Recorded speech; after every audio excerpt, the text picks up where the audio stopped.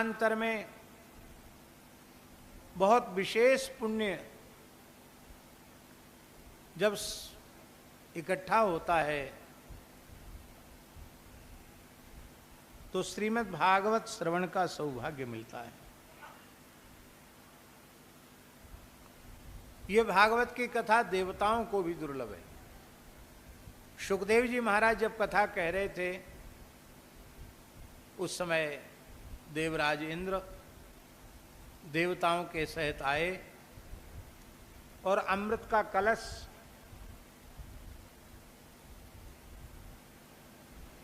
सुखदेव जी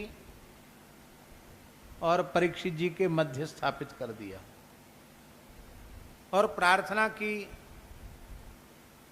कथा सुधाम प्रयच्छस्व गृहीत्वैव सुधामिमाम। ये अमृत तो आप ले लो और कथा अमृत हमको दे दो, कथा रूपी अमृत हमको पिला दो। सुखदेव जी ने देवताओं को कथा नहीं सुनाई। क्यों?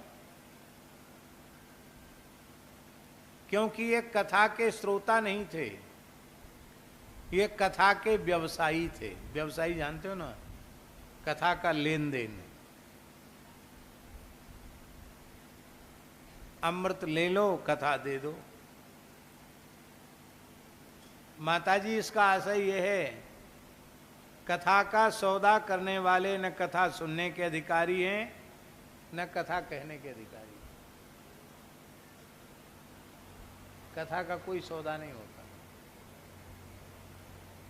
अमृत बड़ी दुर्लभ वस्तु है और वह अमृत कथा के अमृत के आगे कांच के टुकड़े के जैसा है। क्व कथा क्व सुधा लोके क्व काचः क्व मणिर्महान् ब्रह्मरातो विचार्यैवं तदा देवान् जहासः।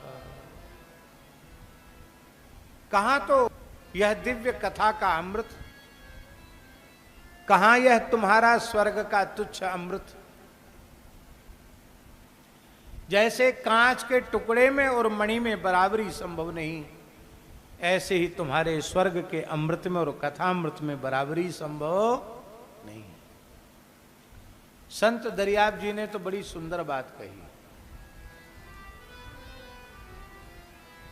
सब अमृत बातों का बात, सब अमृत बातों का बात। अमृत है संतन के पास, अमृत है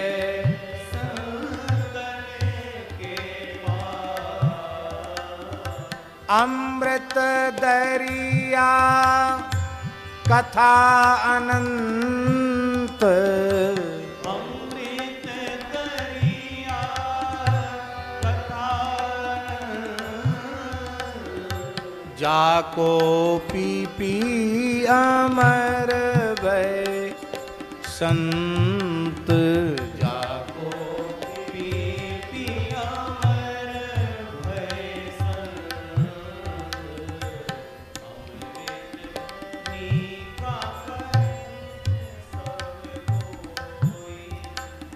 पिए बिन अमर न होई।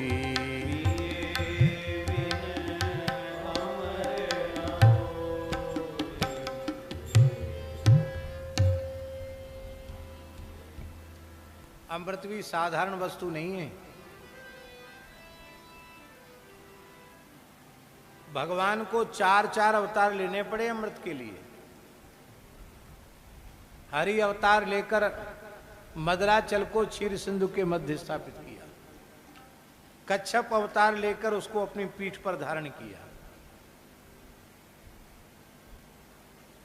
धन्वंतरी अवतार लेकर अमृत का कलश लेकर आए।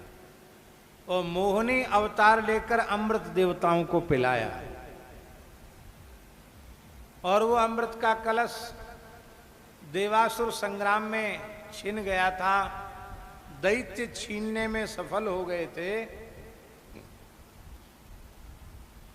12 दिन तक युद्ध चला, देवताओं के 12 दिन और मनुष्यों के 12 वर्ष। तो ज्योतिष शास्त्र के योग के अनुसार कुछ उज्जैन में गिर गई, कुछ हरिद्वार में गिर गई, कुछ नासिक में गिर गई। तो वहां आज भी महाकुंभ पर्व होता है। अभी प्रयाग कुंभ पर्व था, बहुत बड़ा, पूरे देश से श्रद्धालु लोग वहां कुंभ स्नान करने के लिए गए थे। हम ये बात इसलिए कह रहे हैं कि अमृत की कुछ बूंदें छलक जाने से उस तीर्थ की, उस योग की इतनी महिमा बढ़ गई। अमृत कोई साधारण वस्तु तो नहीं।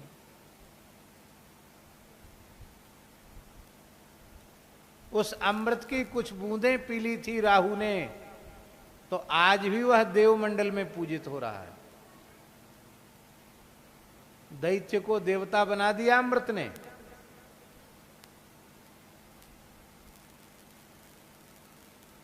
वह अमृत भी कथामृत के आगे तुच्छ है।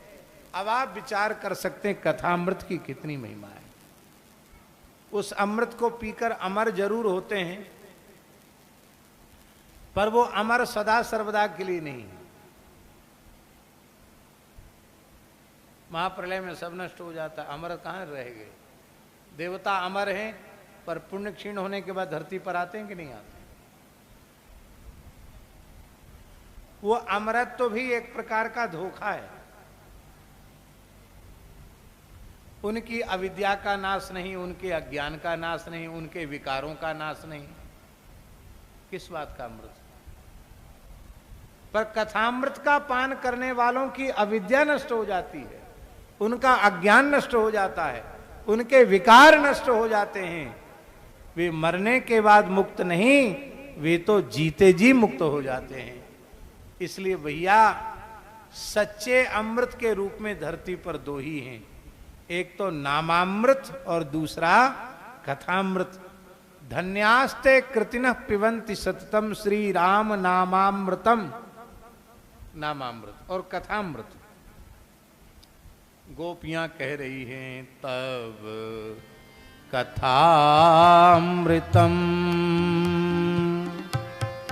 तप्त जीवनम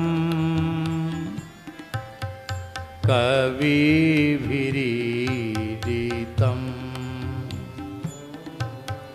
कल्मषापम्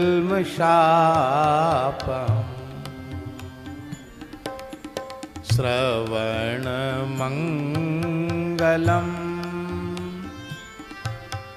श्रीमदाततम्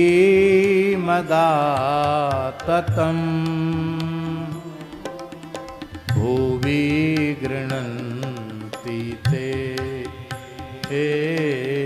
भूरिदा जना। भुवि गृह्णन्ति ते भूरिदा जना। तव कथामृतम्, तब कथा एव अमृतम। आपकी कथा ही अमृत। तो कथामृत कैसा है? तप्त जीवनम। विषय के ताप से, अविद्या के ताप से तपाए हुए जीवों को नव जीवन देने वाली कथा है। तब तक मनुष्य को नया जीवन प्राप्त नहीं होता जब तक कि वह श्रद्धा पूर्वक कथा का श्रवण नहीं करता है। दूसरा अर्थ अमृतम तप्त जीवनम। हे नाथ, तो आपके वियोग में कब के मर गए होते, वियोग की अग्नि में जल गए होते, पर आपका कथामृत हमें मरने नहीं दे रहा है। विरह के ताप से तपे हुए को मरने नहीं देता कथामृत।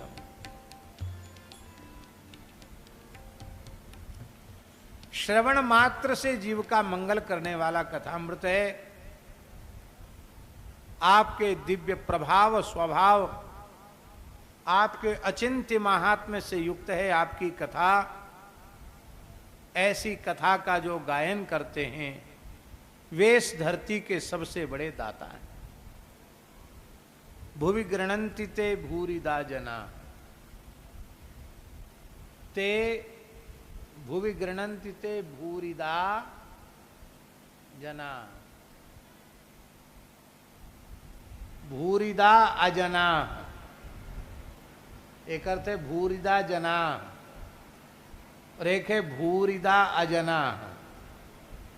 ऐसे जो भूरि ददति, जो बहुत अधिक देने वाले हैं, सबसे बड़े दाता हैं, उनको मनुष्य आकार में देकर भी मनुष्य मत मान अजना। वो अजन है। अब वे जन्म मृत्यु के चक्र से उभर जाने वाले हैं।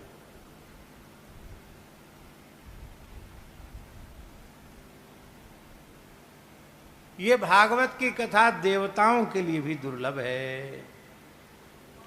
राजा ऋषि परीक्षित का कथा श्रवण से मोक्ष हो गया। उनके मोक्ष को देख करके ब्रह्मा जी को बड़ा आश्चर्य हुआ। युवावस्था में तक्षक नाग के डसने से परीक्षित की मृत्यु हो रही है और वो सीधे भगवान के धाम को जा रहा। हमारे यहां शास्त्रों में माता जी लिखा है कि अस्वाभाविक रूप से मृत्यु होती है तो गति नहीं होती। विष खा करके मरे, अग्नि में जल करके मरे, पानी में डूब करके मरे, पहाड़ से गिर करके मरे, फांसी लगा करके मरे, इसको आत्महत्या कहते हैं, अस्वाभाविक मृत्यु। इस प्रकार की मृत्यु में सांप के डसने से मृत्यु हो तो गति नहीं होती। उसके लिए भी हमारे यहां पुराणों में क्या क्या करना चाहिए वो सब लिखा हुआ है। और अभी परीक्षित युवा है और सर्प के डसने से उसकी मृत्यु हो रही है, वो सीधे भगवान के वैकुंठ को जा रहा है। ये कैसे हो गया? तो श्री ब्रह्मा जी महाराज ने ब्रह्मलोक में, सत्यलोक में एक बुद्धि रूपी तराजू के एक पल्ले पर संपूर्ण वेद इतिहास पुराण आदि को रखा, संपूर्ण धर्म कर्म आदि साधनों को रखा और एक पलड़े पर श्रीमद् भागवत को रखा।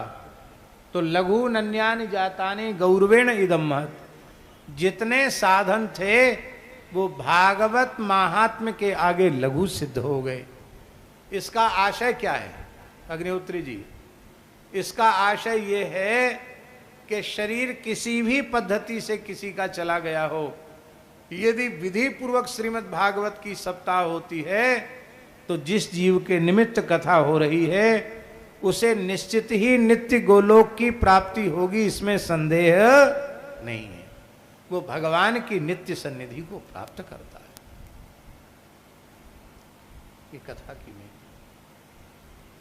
परीक्षित की मुक्ति इसका प्रमाण है। बोलो भक्तवत्सल भगवान की जय। कितने ऐसे उदाहरण हैं जहां कथा से सद्गति हो जाती है।